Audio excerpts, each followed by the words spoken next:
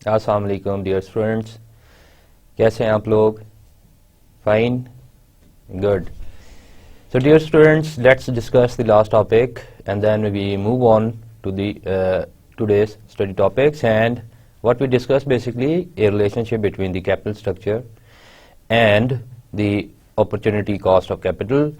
And in this situation we try to figure out कि जो आपका capital structure है, how it going to correlate with the capital cost, जो कि एक firm किसी भी प्रोजेक्ट में इन्वेस्टमेंट करते हुए उसको as a discounted factor use करती है. And then measure the cost of equity. हमने देखा कि जनाब उस बेसिस पे जो आपकी कम्बिनेशन है डेट एंड इक्विटी का, उसके बेसिस पे how to measure the cost of equity, क्योंकि जब आप कॉस्ट ऑफ इक्विटी मेजर कर लोगे that basically proves to be कि जो भी आपकी इक्विटी होल्डर्स है जो रेट ऑफ रिटर्न मांग रही हैं और जिसके अंदर अगर जब आप डेट कंपनी कोई भी पूरा पे कर देगी, ठीक है, what left is the equity, so that becomes again your opportunity cost of capital and the company can easily invest in the assets. ठीक है, let's move on to the today's study topics and this is basically regarding the discount rates for international projects. हम देखेंगे कि जो भी आपके discount rates हैं, क्योंकि our main area of concern is basically how to separate the risk factor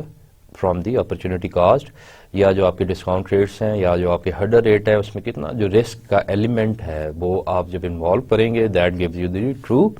meaning in terms of that rate. फिर उसके बाद हम देखेंगे international risk, how basically the international risk going to add up the required return for the investors. फिर हम study करेंगे asset beta and then we going to see the relationship between the risk, discounting cash flows and जो आपकी cash flow equivalents है. ठीक है, now move on the discount rates for the international projects. Dear students, the foreign investments are not always riskier. जो भी आपकी foreign investments है, ठीक है, मोस्ट प्रॉबली जो एक आम आपका जो कंसेंसस है कि this is somehow the risk involve in it. लेकिन जो डिवर्सिफिकेशन का भी जो रूल है वो भी जब आप देखते हैं तो दैट डिटरमिन्स कि जी हाँ, क्योंकि जब आप उसको अप्लाई करते हो, जब आप डिफरेंट ऑप्शंस को अपॉर्चुनिटीज़ को अवेल करते हो across the border, so that makes the investment not as much as riskier as it would be. और उसके बेसिस पे हम देखते हैं table 2 shows estimated betas for the Egyptian market and for markets in Poland, Thailand and Venezuela. Now ये जो आपकी चार मार्केट्स हैं जो कि आपको शो कर रही है, अगर मैं यहाँ पे देखूं कि आपके जो बीटाज है जो आपके इजिप्शियन मार्केट है, ठीक है जी, पोलैंड की मार्केट है, जो थाईलैंड की है और वेनेजुला की है, हम अभी टेबल देखेंगे. लेकिन let discuss about the beta. तो जो आपकी सेंसिटिविटी है, ठीक है जी, सेंसिटिविटी ऑफ मेजर,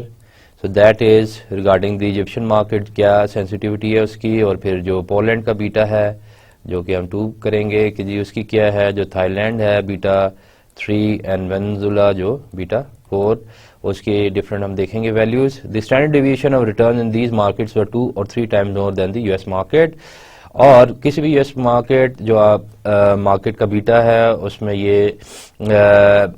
हमने देखा कि जनाब जो आप जाके जब टेबल चेक करेंगे तो उसमें देखेंगे कि जो चारों मार्केट्स हैं उनके जो बीटा की वैल्यूज है, ठीक है, 2 या 3 times 3 times more than the US market है, जो कि हम देखेंगे आगे जाकर. But only Thailand had a beta greater than 1. अभी हम लेट्स फाइंड आउट कि these are basically the situation given है कि जो आपकी इजिप्ट की है,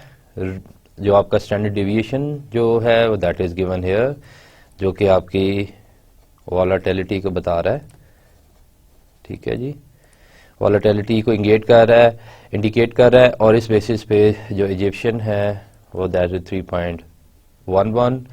कोरिलेशन कोफिशिएंट, जो कि हमें रिलेशनशिप बता रहा है, ठीक है, रिलेशनशिप को एड्रेस कर रहा है. That shows the 0.18 and the beta जो कि सेंसिटिविटी बता रहा है ऑफ,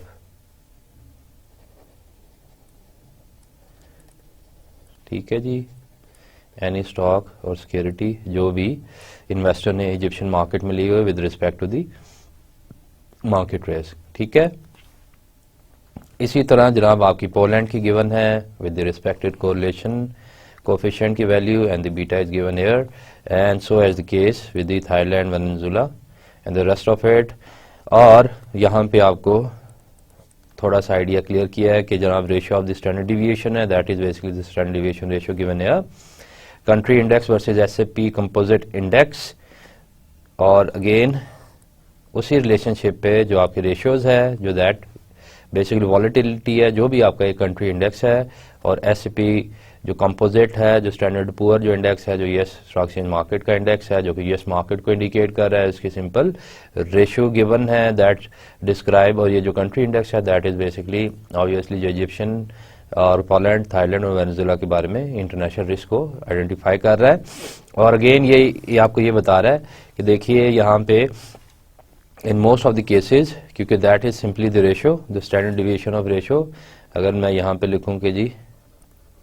कोई भी आपकी है कंट्री इंडेक्स, ठीक है जी, with the ratio of whatever the US market, तो यहाँ पे जो यूएस मार्केट को इंडिकेट कर रहा है स्टैंडर्ड एंड पुअर 500 इंडेक्स जो रिफ्लेक्शन है उसकी, उनका जनाब हम बात कर रहे हैं, जो स्टैंडर्ड डिविएशन की बात कर रहे हैं, and that shows the ratio of it, and that ratio basically stood at 3.11%.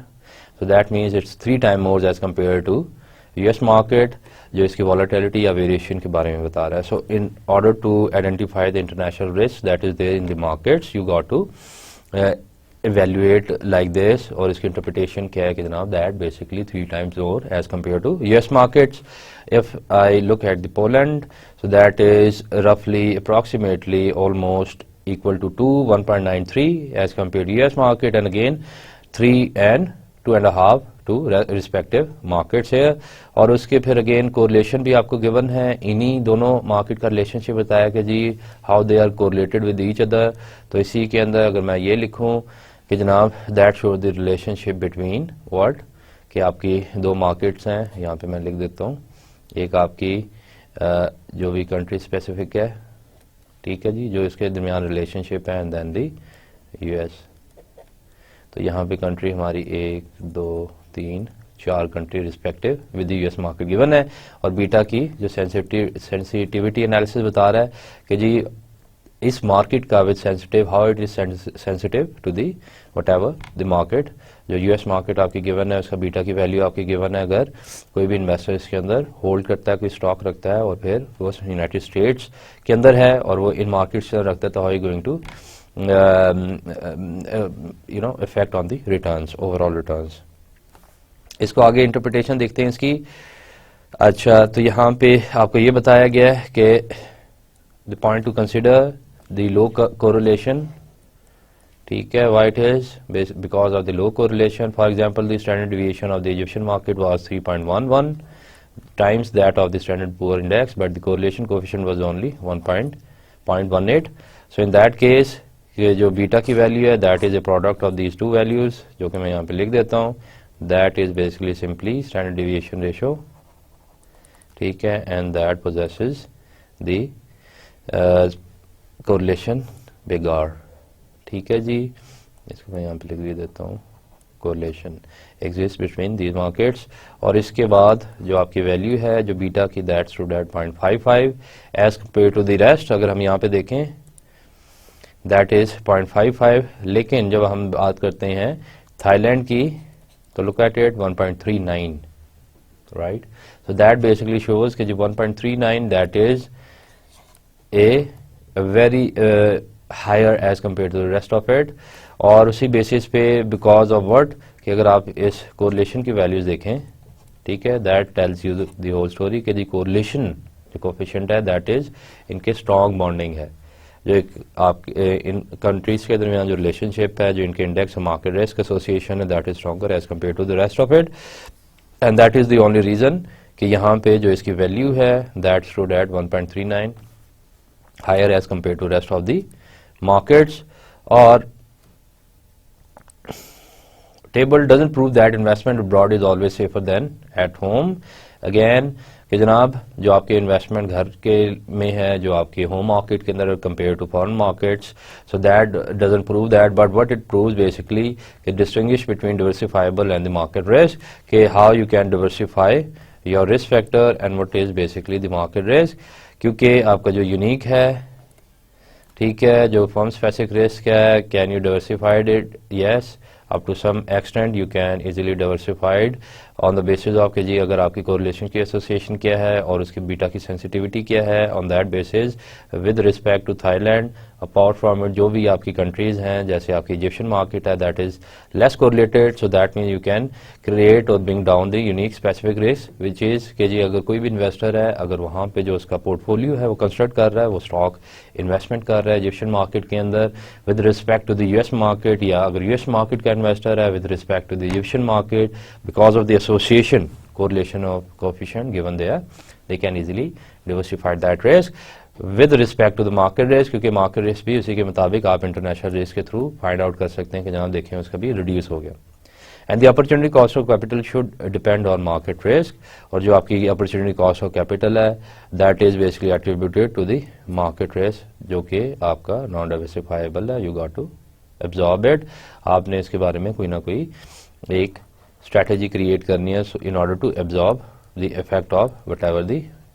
risk there in the market, ठीक है। Now the discount rate for international projects, that is basically the foreign investments. Suppose that the Swiss pharmaceutical company Roche is considering an investment in a new plant near Brazil in Switzerland. एक कोई भी, ठीक है, Swiss company है, कोई भी pharmaceutical company है रोशे, उन्होंने बताया कि this is a company we are talking about, और वो एक इन्वेस्टमेंट करना चाह रही है to build a new plant near Basel in Switzerland. वो स्विट्जरलैंड के अंदर ही जनाब एक ये मुकाम है स्विट्जरलैंड के में, बेजल आमतौर पे इसको कहते हैं, in Switzerland. And since the project is risky the company requires a higher return than the Swiss franc interest rate. Again कि जनाब दे हैव एक्यूमुलेटेड इट कि जी let it be any project X, उसको उसका जो risk factor है, ठीक है, हमने रिस्क फैक्टर आइडेंटिफाई किया, that is higher, and because of this higher from this interest rate which is actually the nominal interest rate, हम यहाँ पे लिख देते हैं नॉमिनल जो भी आपका होगा, ठीक है, इंटरेस्ट रेट, और उससे क्योंकि वो हायर है उसका risk factor, so obviously the company is looking for कि जो भी इसका हायर रेट बनेगा that also would be higher. And first measures the risk of the investment by estimating Roche's beta and the beta of other Swiss pharmaceutical companies that country. How to do it, हमें पता है कि जनाब जो beta है वो एक sensitivity measure है of the risk, sensitive measure of stock, कोई भी सिक्योरिटी है with respect to the market risk, ठीक है जी, और उसके मुताबिक उसकी सेंसिटिविटी एनालिसिस है, और उसी बेसिस पे उन्होंने कहा कि जनाब अगर आपने इन्वेस्टमेंट करनी है तो रोशेस का जो बीटा है, जो उस कंपनी का बीटा है, कंपनी एक्स जो बीटा है उसको आप आइडेंटिफाई करेंगे, और जो डिफरेंट फार्मास्यूटिकल कंपनीज हैं उसका रिस्पेक्टिव जो बीटाज है इन दैट कंट्री वो भी आप करेंगे, और rest of the companies let's say मैं कहता हूँ 1, ठीक है, 2, 3, 4, जितना भी उनका average beta you got to identified कि जनाब इसकी जो सेंसिटिविटी टू दैट मार्केट या इंडस्ट्री रिलेटेड जो स्पेसिफिक बीटा है उसका क्या रोल है with respect to how it moves along with the market risk. Beta of 1.1 and that the expected risk premium on the Swiss market index is 6%. Calculation के बाद जो beta है उसकी वैल्यू 1.1, और जो जनाब रिस्क फैक्टर है association with the Swiss market, मैं इसको स्टैंडर्ड डिवीएशन कहता हूँ, इस बेसिस पे यहाँ पे मैं लिख देता हूँ स्विस जो मार्केट दैट इज 6%। और यू कैन इजीली कैलकुलेट कि जनाब जो आपकी जो डिस्काउंट रेट है, you can easily find out कि जी वो डिस्काउंट रेट है वो क्या होना चाहिए, उसके बेसिस पे आप उसे डिस्काउंट करेंगे तो डिस्काउंट रेट बिकम कि with the product of beta value and whatever the standard deviation of it, so जो आपका रिटर्न बनेगा, ठीक है जी, जो आपका कंपनीज एक्स रिटर्न है जो रोशे है दैट इज बेसिकली 6.6%, और यही जो है that can be use to discount your project X payoffs. ठीक है जी। And how you calculate it, basically you try to look around and find the actual beta value and the sensitivity, the risk possesses in it, और उसके बाद जब आपने इसको calculate किया that stood at 1.1, then you try to discover कि जी उस market का जो एक आपका premium है, जो expected risk premium है, तो basically जो भी इस standard deviation जो था जो Swiss market का उसके against जो उसको premium मिला, you know, वो क्या था, वो that is basically market index है 6%, जो भी एक्सपेक्टेड रिस्क प्रीमियम था स्विस मार्केट इंडेक्स पे, that is basically the 6%। You simply multiply the premium, ठीक है, विद द बीटा वैल्यू, जो भी आपकी बीटा थी, and you get the required rate of return which is basically 6.6%, and calculate these beta relative to the Swiss market index. What if the project chooses to be in other country than Swiss? Again, this is the main question कि जनाब आपसे पूछा जाए कि जनाब project let's say कि Swiss market में नहीं है, कहीं और है, लेट्स से ब्राज़ील में है,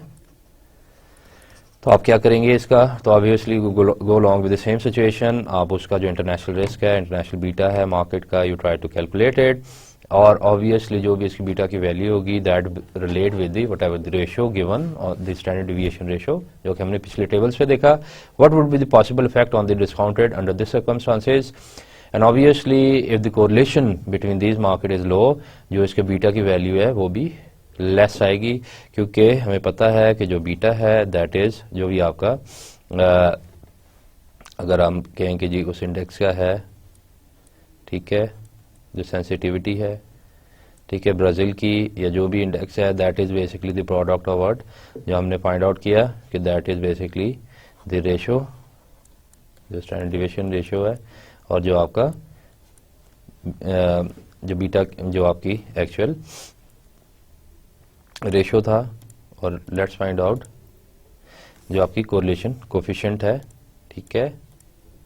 तो मैं यहाँ पे लिख देता हूँ correlation between the two markets. अब मैं कहता हूँ कि जनाब यहाँ पे बेसिकली कंपनी एक्स है, अगर स्विट्जरलैंड है, and then what about the Brazil, ठीक है जी, and whatever the value of it beta that shows the sensitivity of it, और वो भी अगर लो होगी, अगर कोरिलेशन इसके अंदर दरमियान लो है सो obviously the value always below जो बीटा की वैल्यू है, और इस सिचुएशन के अंदर वो हाई होगा, कोरिलेशन हाई होगी, so that should the beta की सेंसिटिविटी या बीटा की वैल्यू भी हाई होगी। तो again the beta would be high, ठीक है जी, if correlation value is high, so that is very important to consider. लेकिन इसके अंदर हमने स्विट्जरलैंड की बात की, स्विट्जरलैंड के अंदर then you with respect to the country, आप उसकी जो कंट्री की फार्मास्यूटिकल जो इंडस्ट्री है उसका बीटा आप कैलकुलेट करोगे, आप उस कंपनी का बीटा कैलकुलेट करोगे, जब कंपनी का बीटा आप कैलकुलेट करोगे you simply find out the required rate of return, और उसी को डिस्काउंट रेट लोगे, और वो जो है जो आपका उस इंडेक्स पे जो उस कंट्रीज का जो इंडेक्स है, जो मार्केट का इंडेक्स है, उसके प्रीमियम से जो रिस्क प्रीमियम होगा उसे आप सिंपली मल्टीप्लाई करोगे CAPM, let's we call the CAPM जो फार्मूला है उसी के बेसिस पे। Now the understanding of it, risk cannot be considered in isolation, it depends on the other securities in the investors portfolios. Again जो भी risk है, जो भी हम रिस्क को डिफाइन करते हैं अगर प्रोबेबिलिटी ऑफ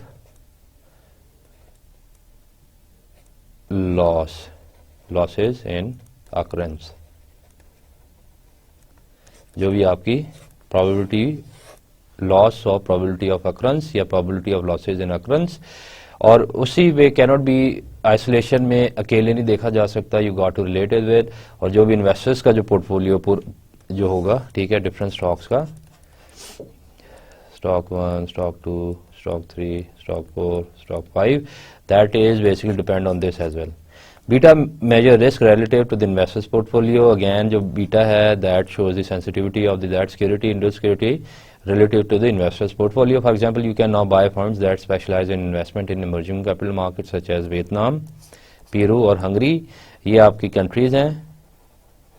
1, 2 and 3, और उसी के मुताबिक you simply want to invest in these countries. As investors increase their holdings overseas stock, it becomes less appropriate to measure risk relative to the domestic market and more important to measure the risk of any investment relative to portfolio that they hold actually hold. और इसकी consensus क्या है कि जनाब आपकी अगर Swiss है, ठीक है, कंपनी एक्स, तो जो भी आप बीटा को अगर मेजर करोगे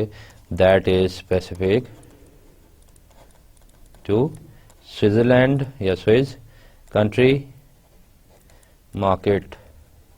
कंट्रीज मार्केट रिस्क उसके related with respect to that. लेकिन अगर होल्डिंग के अंदर एक्स जो है, ठीक है, जो कंपनी एक्स है वो डिफरेंट कंट्रीज के अंदर चला जाता है, कंट्री या कंट्रीज, तो इस बेसिस पे क्या होगा जनाब आपका कि जनाब उसका जो बीटा है, ठीक है, that will depend upon the investors portfolio beta, ठीक है। और ये जो पोर्टफोलियो बीटा है ऑब्वियसली वो डिफरेंट कंट्री से या उस कंट्री से स्पेसिफिक होगा। तो मैं यहाँ पे लिख देता हूँ foreign country specific, and that actually how you basically deviate from this homeland, ये आपकी homeland towards the foreign market, ठीक है। And this is all about कि जनाब कैलकुलेशंस आपने कैसे यार अप्रोप्रिएट डिस्काउंट रेट या आमतौर पे जो इन्वेस्टर का रिक्वायर्ड रेट ऑफ रिटर्न है वो आपने कैलकुलेट कैसे करना है। So this whole situation is all about कि जनाब जो भी आपका इंटरनेशनल रिस्क है, ठीक है, आपने उसको आइडेंटिफाई करना है। और इंटरनेशनल रिस्क के लिए obviously you got to understand कि जनाब आपकी रेशियो ऑफ स्टैंडर्ड डिविएशन क्या है with your correlation exist in it with respect. अगर आपने ये चीज़ें फाइंड करनी है कर ली हैं तो आपकी एक्चुअल बीटा की वैल्यू क्या होगी, जो हम बीटा पोर्टफोलियो या उसको with respect to the country index हम बीटा की सेंसिटिविटी फाइंड करते हैं, right. Now setting discount rates when you can calculate beta, obviously in case कि जनाब beta can not be calculated inappropriate हो जाता है, ठीक है। So what should a manager do if the asset has no such convenient price and record? Obviously,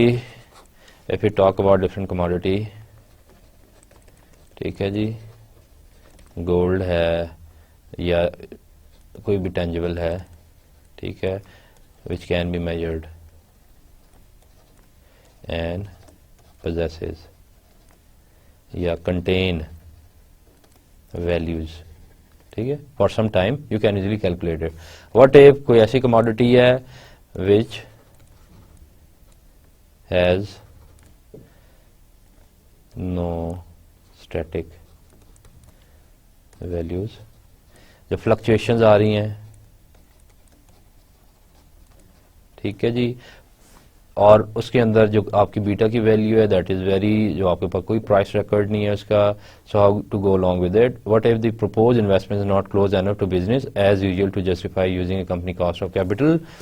again with the absence of it you cannot find the discount rate to discount different projects, ठीक है जी। And these cases clearly call for judgement, आपकी judgements that basically कि आपकी estimation है, judgements है on the basis of what. For managers making that kind of judgement we offer 2 pieces of advice, and what are the advices basically, avoid fudge factors and don't give into the temptation to add fudge factors to the discount rate to offset things that could go wrong with the proposed investment। Again कि जनाब जो भी आपकी fluctuations हैं इन terms of cash flows, जो आपके पे offs हैं, ठीक है, एडजस्ट दोज फर्स्ट, ठीक है, and then look for the discount factor. कि आपका डिस्काउंट फैक्टर क्या बनेगा, आइए देखते हैं। Project Z will produce just one cash flow forecast at 1 million at year 1। It is guarded as average risk suitable for discounting at 10% अपनी cost of capital. Again कि जनाब यहाँ पे एक प्रोजेक्ट है ठीक है, प्रोजेक्ट जी, और उसके जो पे ऑफ्स हैं that is C, and that is basically जो आप C1 कह लो, and that is basically $1 million. ठीक है जी, इनकमिंग 1 ईयर। और उसी बेसिस पे जो कंपनी, ठीक है, एक्स लेट इट बी, उसका जो कॉस्ट ऑफ कैपिटल है, ठीक है, जो रेट है that stood eight 10%, so the company can use this as a hurdle rate in order to discount it and get the actual value of it. If I go along with that, find out the present value of this $1 million, I simply discount it with this R, जो कि आपका 10% एक साल का है, and this give you the value in with respect to $909, and again simple is that कि जनाब आपने उसका जो भी प्रोजेक्ट था कंपनी ने चेक किया, एंड दैट बेसिकली कि आपने इसके अंदर कैसे एडजस्टमेंट करनी है, ये अभी एक प्रॉब्लम स्टार्ट हुई है। It is pretty straightforward कि जनाब उसका एक एवरेज रिस्क है, एवरेज रिस्क के मुताबिक जो भी कंपनी का कॉस्ट ऑफ कैपिटल के रिलेटेड था सेम रिस्क था, तो company simply use that discount और as a hurdle rate. And अब लेट सपोज कि जनाब outcome, जो most likely outcome is 1 million, but you also see some chance that the project Z will generate zero cash flow next year। कि जनाब हमें पता है कि C1 ये है और जो next year है that stood at 1, तो हम उसको देखेंगे how basically go along with this, and as well there is a technology involvement in it। Technology कैसे जो इसका डिस्काउंट रेट पे इफेक्ट कैसे डालेगी, क्योंकि obviously the new technology, new equipment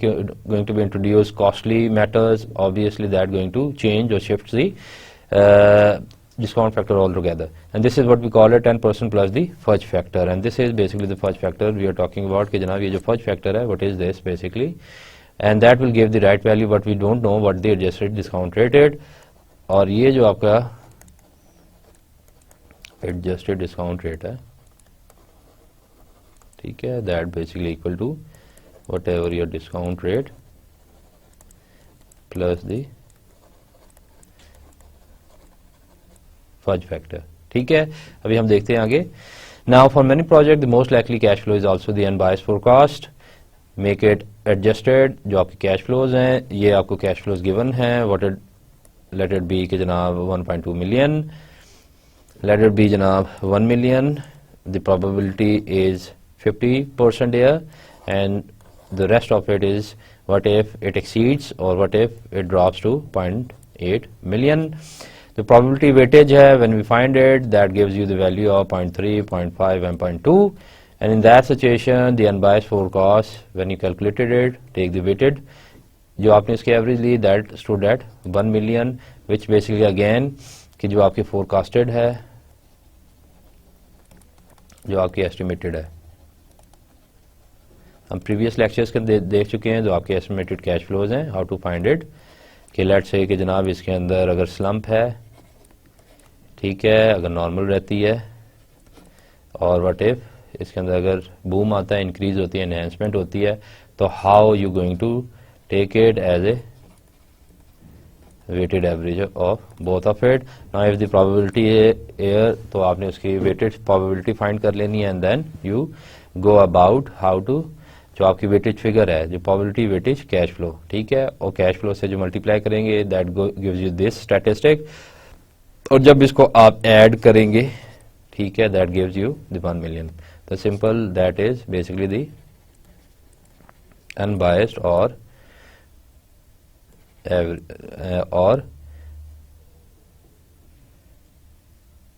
the total value, added value कह लें आप इसको, ठीक है जनाब, कि टोटल एवरेज जो टोटल आपकी एडेड वैल्यू है, ठीक है, when you added all the probability, so then you stood at 1 million। now what if कि जनाब there is a chance कि जी उसी कैश फ्लो के अंदर if there is a chance कि जी जो नेक्स्ट कमिंग है that gives you the zero cash flow, और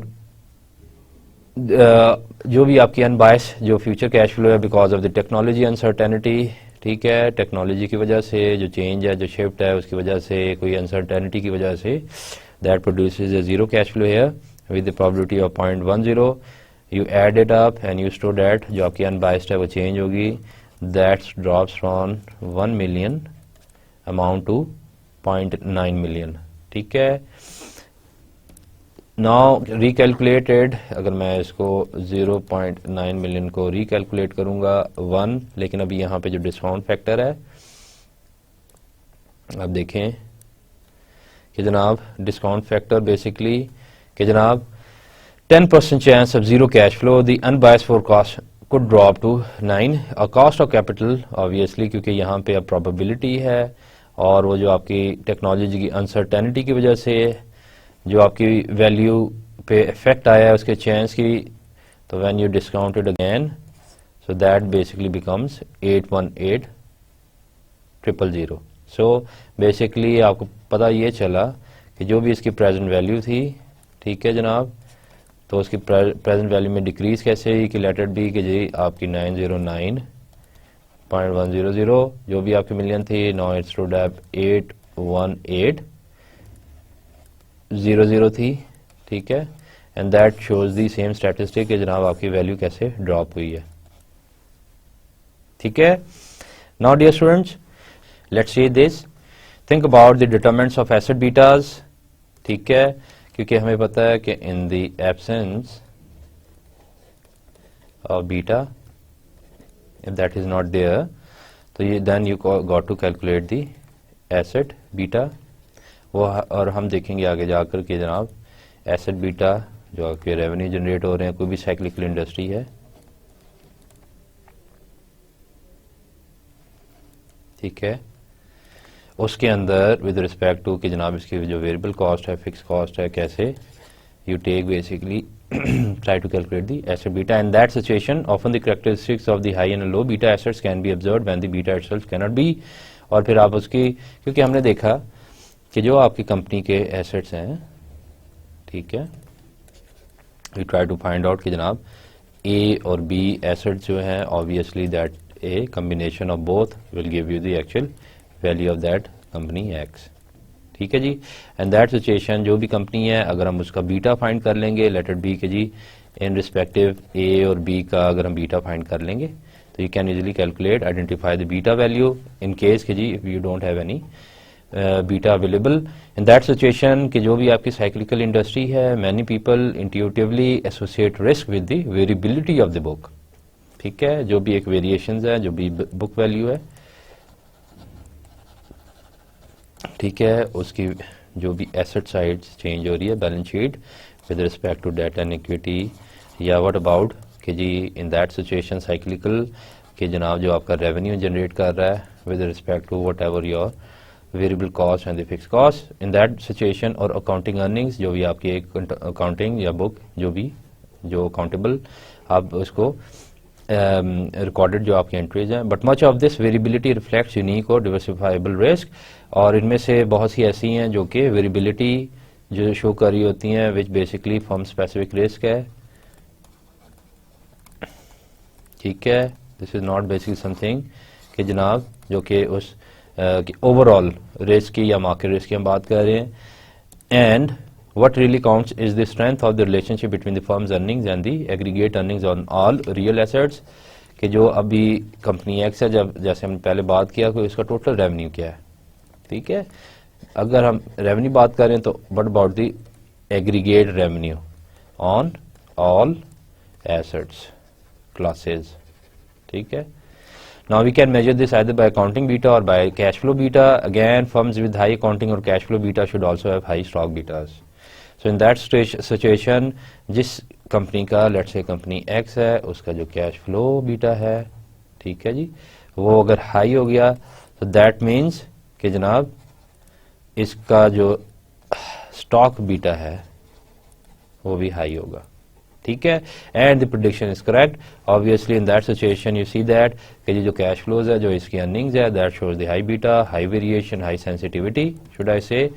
and in that situation this sensitivity going to basically reflected in the stocks. This means that cyclical firms whose revenues and earnings are strongly dependent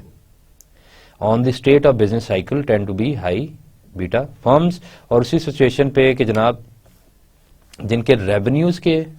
और earnings strongly dependent on the state of the business cycle, कि जैसे हमें पता है कि जी business cycle there is a variation going on, ठीक है। कभी आपका लो सिचुएशन है जिसको हम कहते हैं कि जी ट्रफ, ठीक है, हम कभी कहेंगे पीक, ठीक है, फिर हम कहेंगे कि जनाब ये डिक्लाइन हो रहा है या रिसेशन पे जा रहा है, and again touch is the very bottom जिसको हम ट्रफ भी कहते हैं। सो that is basically somehow related with the business cycle, ठीक है, जिसके अप हाई एंड लोज हैं। सो इन दैट सिचुएशन उन कंपनीज का, क्योंकि वेरिएशन आप चेक करें कैसी है कि यहाँ पे नीचे है, फिर ऊपर है, फिर नीचे ऊपर और वेरिएशन। सो हम ये कहेंगे कि जनाब इसका जो बीटा है वो भी हाई है due to cycle business cycles, and this is why we call it the cyclical industries, and thus you should demand a higher rate of return from investors, or against this उसका जो respected investors का return होगा, whatever they're going to demand is going to be high because of that performance of the economy. Now the operating leverage, when we have already seen that financial leverage increases the beta of an investor's portfolio, कि जनाब आपकी कोई भी date and equity है, उस basis पे हमने ये देखा था कि अगर आप डेट इंक्रीज करेंगे that going to exert pressure on the required return of equity, although जो कॉम्बिनेशन है, जो वैल्यू ऑफ द फर्म है, ठीक है, दैट डजंट चेंज, ठीक है। In that situation those who receive the fix cost are like beta debt holder in the project, they simply get the fix payments. Again जैसे आपकी fix cost है, जैसे हमने फिक्स कॉस्ट है, so they are fix cost as a debt financing या debt holders, ठीक है, payments आप इसको कह लें। And those who receive the net cash flow from the asset are like holder of the common stocks, और जो कॉमन स्टॉक है that is whatever left after paying those fix cost. तो हम इसको कैसे लिख सकते हैं कि जी we come to the conclusion of asset beta, कि जी आपका वट एवर दी रेवेन्यू या सिंपल आप कहें कि जी earnings depends upon the earnings of it,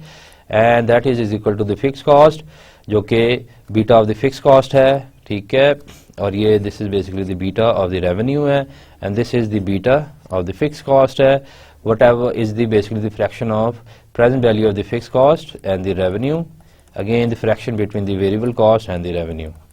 plus whatever the beta of the asset could be the asset of the revenue. So again that against the revenue or the earning of it, you can easily find out the association, and the beta of the revenues and the variable cost should be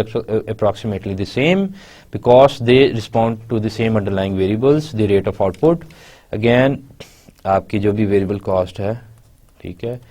that has a strong relationship positivity related to whatever the revenue, ठीक है, क्योंकि revenue added output से increase हो रहा है, और that's output जो भी आपकी है, ठीक है, going to multiply with the per unit cost, per unit variable cost, ठीक है, जो भी आपका एक्स्ट्रा यूनिट लग रहा है, ठीक है जी। और इसकी वजह से अगर ये रेवेन्यू आपका इंक्रीज हो रहा है तो वेरिएबल कॉस्ट भी इंक्रीज होनी चाहिए, उसी बेसिस पे therefore we can substitute beta variable cost and solve for the asset beta. Remember that कि जहां आपकी जो बीटा फिक्स कॉस्ट है दैट्स ट्रू एट जीरो, क्योंकि obviously there is no change in it, no sensitivity at all. So in that situation कि जनाब जो beta revenue है उसको आप एसेट के साथ सब्स्टिट्यूट कर सकते हो with what the present value of the revenue minus the present value of the variable cost divided by the present value of the asset, and what left is basically that is kg beta revenue into 1 plus present value of the fixed cost and the present value of the asset. So whatever the fraction between the fixed cost and the asset plus 1 into beta. So that's how you can easily calculate the cyclicality of the revenues reflected in the beta revenue, and the asset beta is proportional to the ratio of the present value of the fixed cost, जो कि यहाँ पे आपको given है, to the present value of the project whatever the asset new asset is investing in. तो जनाब ये जो आप कोई भी project X कह सकते हैं which is basically contributed to that asset, और हम इसको क्या कहेंगे, asset class C, let it be. Other things being equal, the alternative with the high ratio of fixed cost to project value will be higher, project beta. And again this situation same story कि जनाब जो भी इसकी fixed cost है, ठीक है, अगर वो high होगी, जो कि basically define कर रही है कि जनाब उसका जो project beta है, ठीक है, उसकी भी value high होगी. So fixed cost beta, that is association with the project beta. And empirical tests confirm that companies with high operating leverage actually do have high betas. और again एक empirical evidence है, ठीक है, जो आपकी evidences जिसे आप कह लें historical evidences हैं, they confirm it कि जी जो firms highly leveraged हैं, ठीक है, जो कि आपकी debt financed है, ठीक है, और उसी सिचुएशन के अंदर रिक्वायर्ड रिटर्न एक्विटी का भी बढ़ जाता है, so that basically have a higher betas as well, which basically saying the और शोइंग और confirming the same situation of the statement given above. Another look at the risk and discounted cash flow. In practical capital budgeting, a single discount rate is usually applied to all future cash flows. कि जनाब आपकी capital budgeting के अंदर जो single आपका discount rate है वो तमाम फ्यूचर कैश फ्लो से होता है, लेकिन ऐसा नहीं है. Among other things, the use of the constant discount rate assume that the project rate doesn't change. This can't be strictly true क्योंकि ये आपकी एक strict assumption है. When you're going to discount the payoffs, discounting payoffs, discount rate tends to change. ठीक है, it can be constant and it involves converting the expected cash flow to the certainty equivalents. Obviously again how you deal with it कि जनाब जो आपकी risk हो है discounted cash flow के साथ कैसे आप एडजस्टमेंट करोगे. It involves converting the expected cash flows to the certainty equivalents. जो भी आपकी कैश फ्लो इक्विवेलेंट्स हैं, ठीक है, सर्टेनिटी इक्विवेलेंट्स हैं. बेसिकली अगर मैं यहाँ पे कैश फ्लोज लिख लूँ and this is basically the certainty equivalents, you got to adjust the cash flows कि जी उसका how certain that cash flow would be. We will first explain that what certainty equivalents are. Then we will use this knowledge to examine what it is reasonable to assume constant risk. अच्छा, यहाँ पे जो बात हुई है वो ये हुई है कि जी रिस्क जो भी आपका है, जो भी आपका डिस्काउंट रेट है वो रिस्क को रिफ्लेक्ट कर रहा है और डिस्काउंट रेट अज्यूम कर रहा है कि don't change. So we are assuming the risk no change in it as well, जो कि ऐसा नहीं है. But we can do it. अगर जो आपकी कैश फ्लोज अज्यूम कर सकते हैं हम risk would be constant, cash flows को सर्टेनिटी इक्विवेलेंट्स के तौर पे इसको एडजस्ट कर लें, ठीक है. So we make the adjustments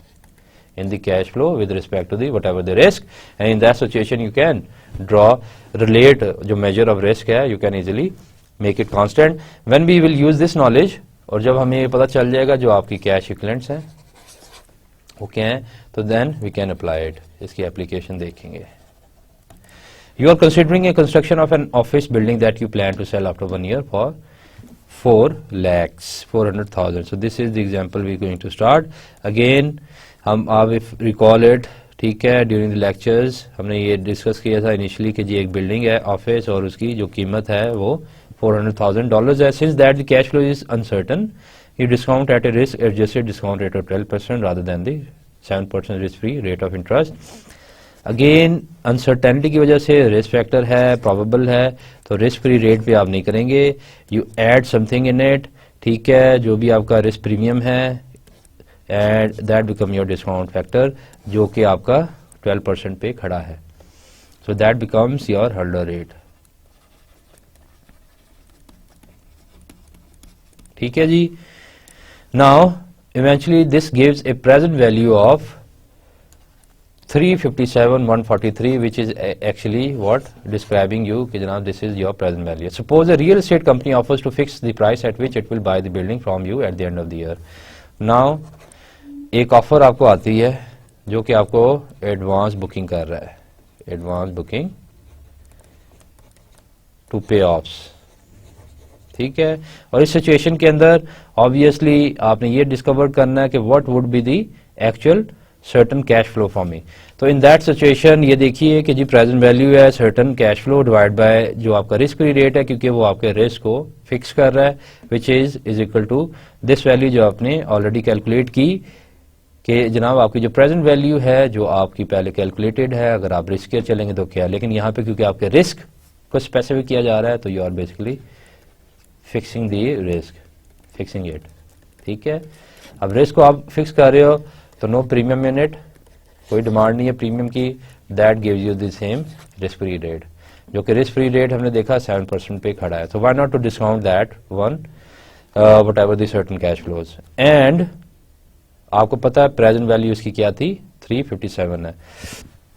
आप कैसे इसको रीएडजस्ट करोगे, this is basically goes there, ठीक है। और बेसिकली दिस जो आपकी सर्टन कैश फ्लो है दैट मेक्स यू दिस कि जी ये जो certain cash flow is equal to whatever the $357,143 into times 1.07 and that gives you the value of 382,143 जो कि आपकी सर्टन इक्विवेलेंट कैश फ्लोज है। नाउ डियर स्टूडेंट्स, आपको पता है कि जनाब यहाँ पे जो आपकी सर्टन कैश फ्लोज है जब हमने इसे कैलकुलेट किया so that gives you 382,143 and what it tells basically, क्योंकि आपने यहाँ पे somebody has fixes that risk factor, जो अनसर्टेनिटी है वो आपको फिक्स किया है, वो जो लॉस है, एंड व्हाट इट सजेस्टेड कि what if we give you a certain amount and how about you can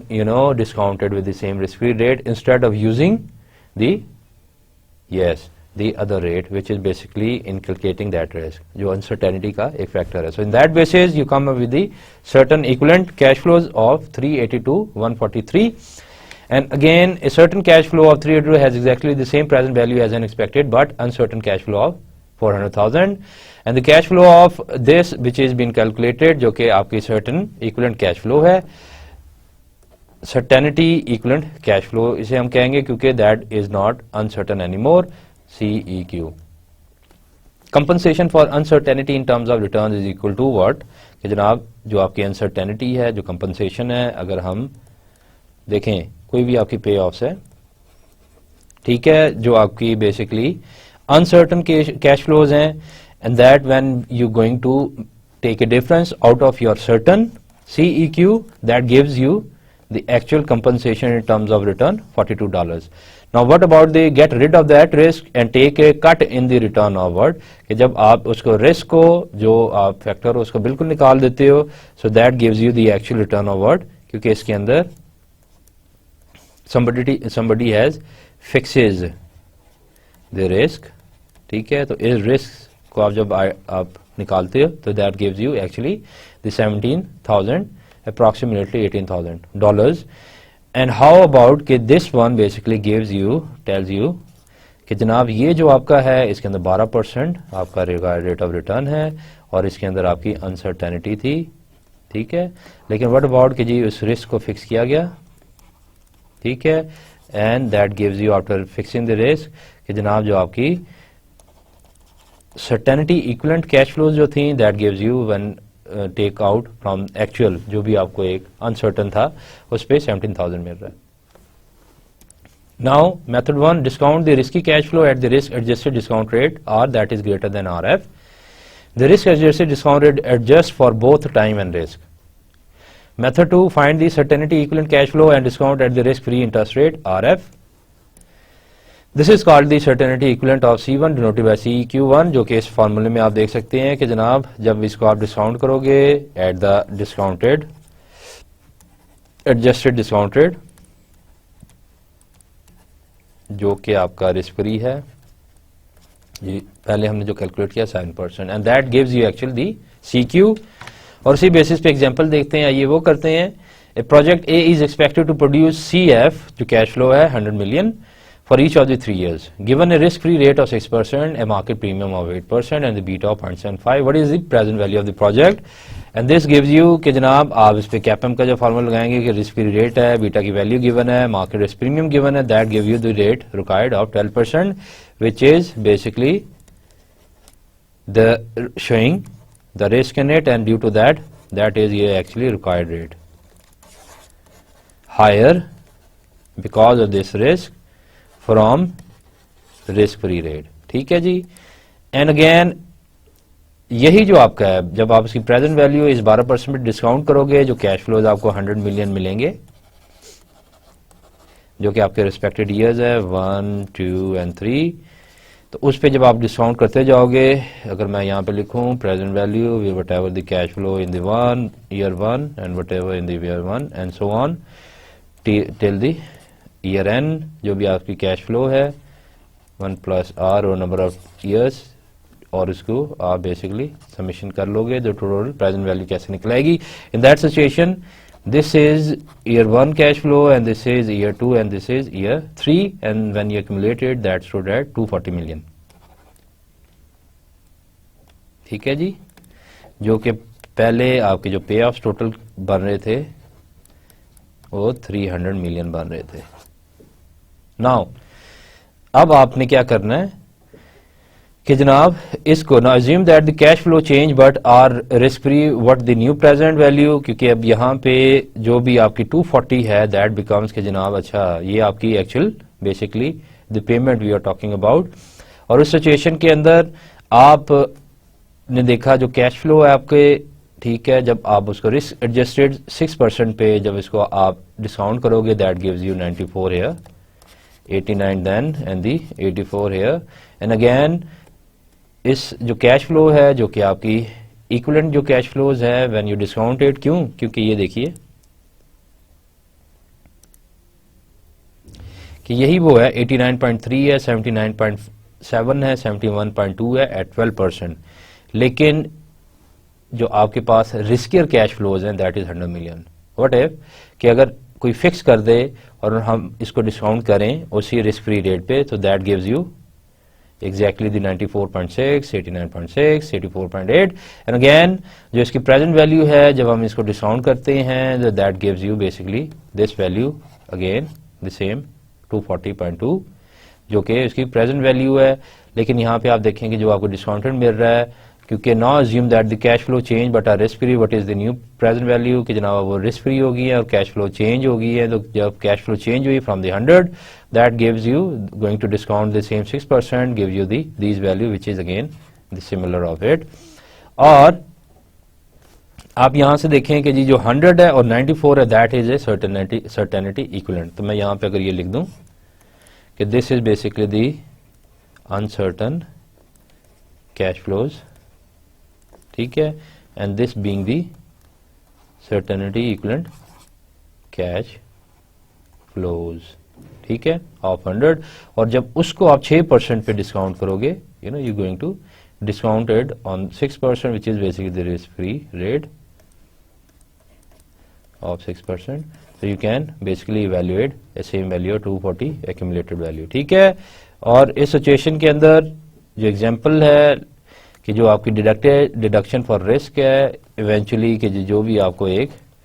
जब एडजस्ट कर दिया आपने जो रिस्क को यहाँ से निकाल दिया, जो आपकी इक्विवेलेंट कैश फ्लोज और जो सिंपल नॉर्मल कैश फ्लोज हैं ये पे ऑफ्स हैं जो कि रिस्क हैं और these are the risk free. तो उसकी बेसिस पे आपको जो डिडक्शन है वो that gives you this amount. ठीक है, उस डिडक्शन की वजह से. एंड इन दैट सिचुएशन जो रिस्की कैश फ्लो है divide by 1.054 is equal to certainty equivalent cash flow. क्योंकि the difference between the 100 and the certainty equivalent is 5.4%. This percent can be considered the annual premium on the risky cash flow. And this is how the risky cash flow when going to discount on that gives you the certainty equivalent cash flow. So this is again the formula you can easily calculate, क्योंकि that merely showing कि whatever the discount been given on the riskier cash flow of 100. ठीक है जी, and you get the actual 95.6. So अगर मैं risky cash flow की जगह यहाँ पे फॉर योर कन्वीनियंट लिख दूँ 100 जो कि आपके C1 है और जब इसको डिस्काउंट करूंगा तो that gives you exactly the 94.6 million. So dear students, इस प्रोजेक्ट्स को, इस इन्वेस्टमेंट को, इस सिचुएशन को जब हमने देखा तो we can easily adjust the risk factor into the cash flows, जिसको हम सर्टेनिटी इक्विवेलेंट कैश फ्लोज भी कहते हैं, and with respect to that you can easily consider the risk free rate, जो कि आपका रिस्क एडजस्टेड डिस्काउंट रेट बन जाएगा. जब उसको डिस्काउंट करेंगे you can easily come up with the actual present values. So the year 1 जब discount किया तो 94.6, ईयर 2 अगेन 89.6 एंड 84.8, जो कि आपकी सिमिलर जो पिछली टेबल के हमने देखी. Now dear student, the summary in order to summarize these all situation, the discount rates for international project हमने डिस्कस किया था कि जनाब जो इंटरनेशनल प्रोजेक्ट्स हैं, अगर आपकी कोई भी कंट्री है, लेट्स से अगर आप पाकिस्तान की एग्जांपल ले लें तो पाकिस्तान के अंदर कोई भी कंपनी है, अगर वो टेक्सटाइल है तो वो अगर पाकिस्तान के अंदर कोई प्लांट बिल्ड कर रही है तो he got to consider the जो भी प्रोजेक्ट बीटा होगा with equivalent to whatever the average beta of that whole the industry, जो कि उस टेक्सटाइल इंडस्ट्री के अंदर जो भी सारी कंपनीज की है, और कंपनी जो है वो अपना बीटा चेक करेगी, वो बीटा वैल्यूएट करेगी, कैलकुलेट करेगी, और in that basis you can easily relate with actual beta, जो कि आप प्रोजेक्ट को डिस्काउंट कर सकते हो. Now if you are basically going abroad और आप डिफरेंट सिनेरियोज को जब आप उसको उसकी वैल्यूएशन करना चाह रहे हो तो विद क्रॉसपॉन्डेंस टू दैट हमने देखा कि जनाब यू गॉट टू जो रिस्क फैक्टर है उस इन्वेस्टर का जो पोर्टफोलियो बनता है उस कंट्री में, जिन जिन कंट्री में इसकी इन्वेस्टमेंट हो रही है एसेट्स के अंदर, प्रोजेक्ट्स वो किसी के अंदर इनिशिएट कर रहा है, so you got to come up with the similar idea. You can not see the risk in isolation, आपको उसी स्पेसिफिक पोर्टफोलियो का जो रिस्क फैक्टर है वो उठाना है, उसके रेशियो लें, उसके मुताबिक जो भी इसकी सेंसिटिविटी बीटा की है यू कैन इजीली कैलकुलेटेड. जो भी उसकी कैलकुलेशन हमने देखी जिसमें एक स्टैंडर्ड डिवीएशन था, फिर कोरिलेशन रिग्रेशन था, उसको कैसे मल्टीप्लाई करके बीटा की वैल्यू निकाल लेते हैं. And then we discuss about the asset beta in case when the beta is no available at all. तो इसमें आपने फिर रेवेन्यूज या साइक्लिकल इंडस्ट्री की हमने सिचुएशन देखी जिसमें आप कैसे कन्वर्ट करते हो, कैसे जो बीटा रेवेन्यू है या जो एसेट बीटा की वैल्यू आप रेवेन्यू बीटा से कैसे क्रिएट करते हो, और जब आपके पास वो एसेट बीटा की वैल्यू आ जाएगी so that shows the sensitivity measure which you can easily put in order to calculate the actual discount rate of the asset जो कि आप प्रोजेक्ट है या किसी भी प्रोजेक्ट में इन्वेस्ट करना चाह रहे हो. Then we see through the association between the risk, discount cash flows and the certainty equivalent cash flows. Now till now students, see you next time. Thank you.